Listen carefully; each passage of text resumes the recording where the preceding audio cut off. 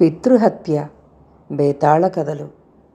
పట్టువదలని విక్రమార్కుడు చెట్టు వద్దకు తిరిగి వెళ్ళి చెట్టుపై నుంచి శవాన్ని దించి భుజాన వేసుకుని ఎప్పటిలాగే మౌనంగా శ్మశానం కేసి నడవసాగాడు. అప్పుడు శవంలోని బేతాళుడు, రాజా, నువ్వు ఏ మహత్తర శక్తి కోరి ఇలా శ్రమ పడుతున్నావో తెలియదు, కానీ కళ్ళబుల్లి శక్తులను నమ్మినట్టయితే మహాబాహులాగే చివరకు మోసపోతావు. శ్రమ తెలియకుండా నీకు మహాబాహు వృత్తాంతం చెబుతాను విను అంటూ ఇలా చెప్పసాగాడు. పూర్వం గంగానదికి దక్షిణాన ప్రభావతి అనే నగరం ఉండేది. ఆ నగరంలో ఒక దేవి ఆలయం ఉండేది. ఆ దేవి గొప్ప మహిమలు కలది అని, భక్తుల కోరికలను తీరుస్తుందని ప్రతీతి ఉండేది. అందుచేత ఆ దేవిని సందర్శించడానికి ఎక్కడెక్కడి నుంచో యాత్రికులు వచ్చేవారు. సాధారణంగా భక్తుల కోరికలు తీరుతూనే ఉండేవి. దేవి 1-2 సందర్భాల్లో పలికిందని కూడా చెప్పుకునేవారు. ఆమె మహిమ గురించి ప్రజల్లో ఎలాంటి విశ్వాసం వ్యాప్తించిందంటే, ప్రభావతీ నగరాన్ని దేవి స్వయంగా కాపాడుతుంది అని అనుకుని శత్రురాజులు సైతం ఆ నగరం కేసి చూడటానికే భయపడుతూ వచ్చారు.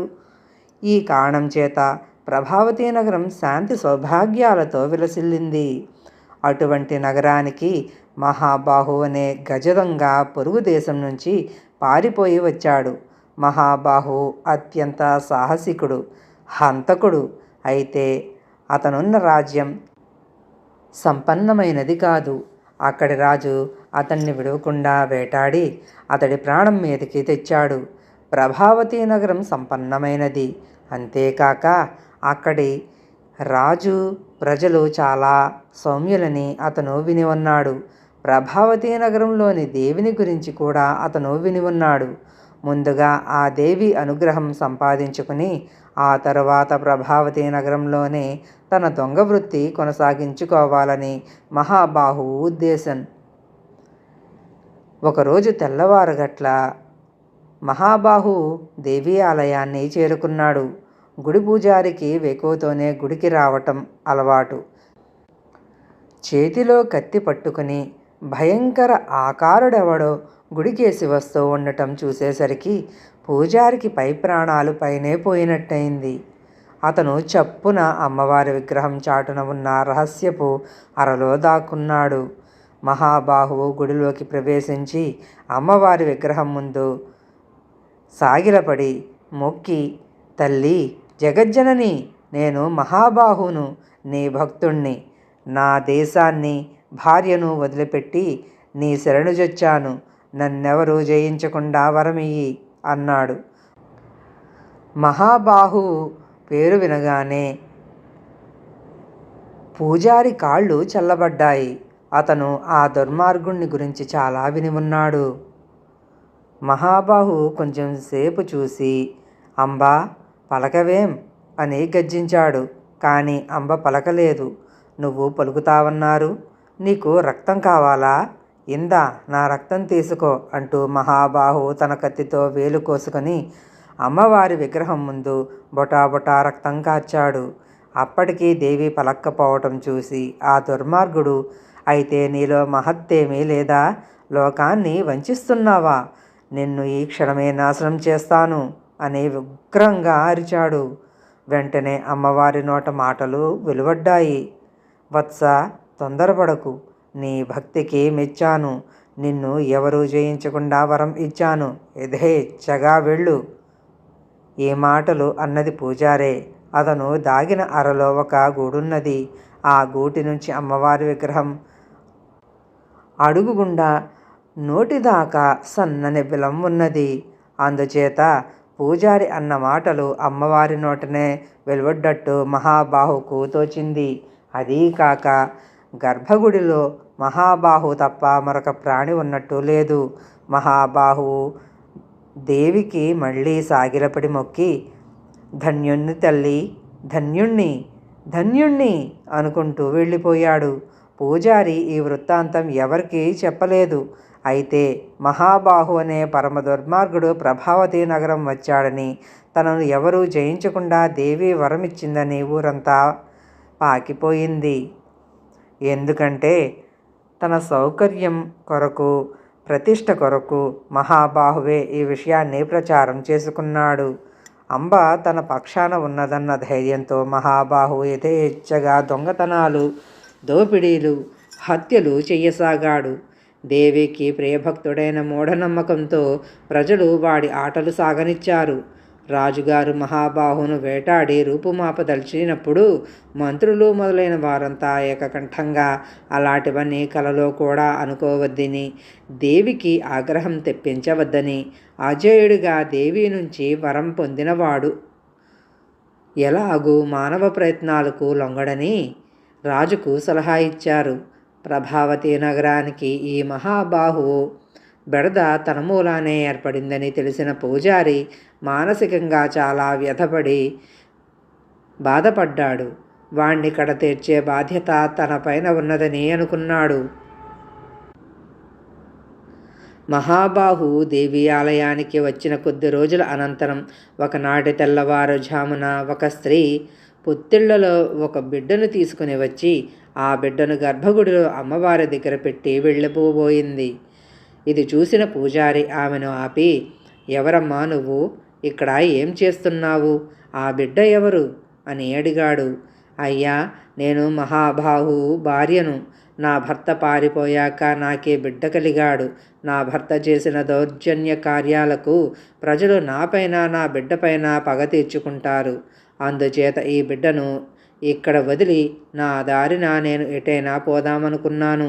మీరు ఈ బిడ్డను కాపాడి పుణ్యం కట్టుకోండి అని చెప్పి ఆ స్త్రీ వెళ్ళిపోయింది.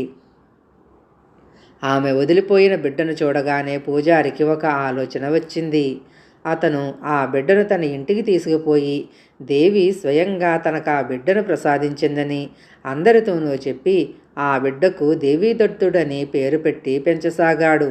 కుర్రవాడికి బలపరాక్రమాలు, కత్తిసాము, ఇతర క్షత్రియ విద్యలు నేర్పించి, నాయన, దుష్ట సంహారం కోసమే దేవి నిన్ను నాకు ప్రసాదించింది. మహాబాహు వంటి దుర్మార్గులను నిర్మూలించడానికే నువ్వు జన్మ ఎత్తావు. ఇది దేవి ఆదేశం అని పూజారి దేవీదత్తుడికి నూరిపోస్తూ వచ్చాడు. దేవీదత్తుడి చేతిలో మహాబాహు లాంటి దుర్జనులకు చావు రాసిపెట్టి ఉన్నదన్న సంగతి కూడా అంతటా వ్యాపించింది. ఈ మాట విని మహాబాహు కూడా జంకాడు. ఎందుకంటే అతనికి దేవీ మహిమలో అపారమైన విశ్వాసం ఉన్నది. ఆమె కృప వల్లనే తనను ఈ ప్రభావతి నగరంలో ఎవరూ ఏమీ చెయ్యలేకుండా ఉన్నారని అతనికి గట్టి నమ్మకం. అందుచేత మహాబాహు దేవీదత్తుణ్ణి తప్పించుకుని తిరుగుతూ వచ్చాడు. దేవీదత్తుడు 20 ఏళ్ల వాడై ఉండగా ఒకనాడు రాజకుమార్తె పల్లకులో ఎక్కి సపరివారంగా దేవీ ఆలయానికి పోతూ ఉండగా చూసి మహాబాహు రాజకుమార్తెపైకి లంఘించాడు. రాజభటులు ఉండి కూడా మహాబాహును ఎదిరించడానికి భయపడ్డారు. ఆ సమయంలో కొంత దూరాన ఉన్న దేవీదత్తుడు కత్తి దూసి పరిగెత్తుకుంటూ వచ్చి మహాబాహు మీద కలియబడ్డాడు.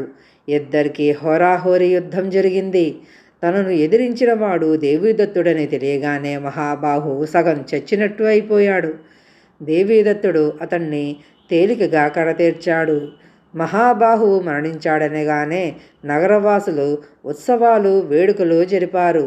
రాజుగారు దేవీదత్తుడి పరాక్రమానికి మెచ్చుకొని అతనికి తన కుమార్తెనిచ్చి పెళ్లి చేశాడు. బేతాళుడు ఈ కథ చెప్పి, రాజా, పూజారి ప్రవర్తన గురించి నాకు కొన్ని సందేహాలున్నాయి. అతను మహాబాహు పొందిన వరం గురించి ప్రజలకు నిజం ఎందుకు చెప్పలేదు? చెబితే మహాబాహును ప్రజలు ఏనాడూ అవలీలగా చంపి ఉండకపోయారా? అదీ కాక ఆ మహాబాహును చంపడానికి అతని కొడుకునే నియోగించి పూజారి పితృహత్యకు ఎందుకు కారకుడయ్యాడు? ఈ ప్రశ్నలకు సమాధానాలు తెలిసి కూడా చెప్పకపోయావో నీ తల పగిలిపోతుంది అన్నాడు. దానికి విక్రమార్కుడు, దేవి వల్ల దేశము, ప్రజలు ఎంతో లాభం పొందుతున్నారు. దేవి మహత్తులో అందరికీ విశ్వాసం ఉండబట్టే ఆ నగరానికి శత్రుభయం కూడా లేదు. అలాంటప్పుడు దేవి నోట వెలువడ్డ మాటలు తనవేనని పూజారి బయటపెట్టేస్తే ఇక దేవిలో ప్రపంచానికి గురి ఉండదు. అందువల్ల జరిగే నష్టం అంతా ఇంతా కాదు. అందుకే పూజారి మహాబాహువుకు దేవి ఇచ్చిన వరం గురించి నిజం దాచిపెట్టాడు. ఇక మహాబాహువు లాంటి ప్రజా పీడకుణ్ణి ఎవరు చంపినా అది సత్కార్యమే అవుతుంది. అందుకు మహాబాహువు కొడుకే అనుకూలించడం కేవలము దైవికం. దానికి పూజారి బాధ్యుడు కాడు.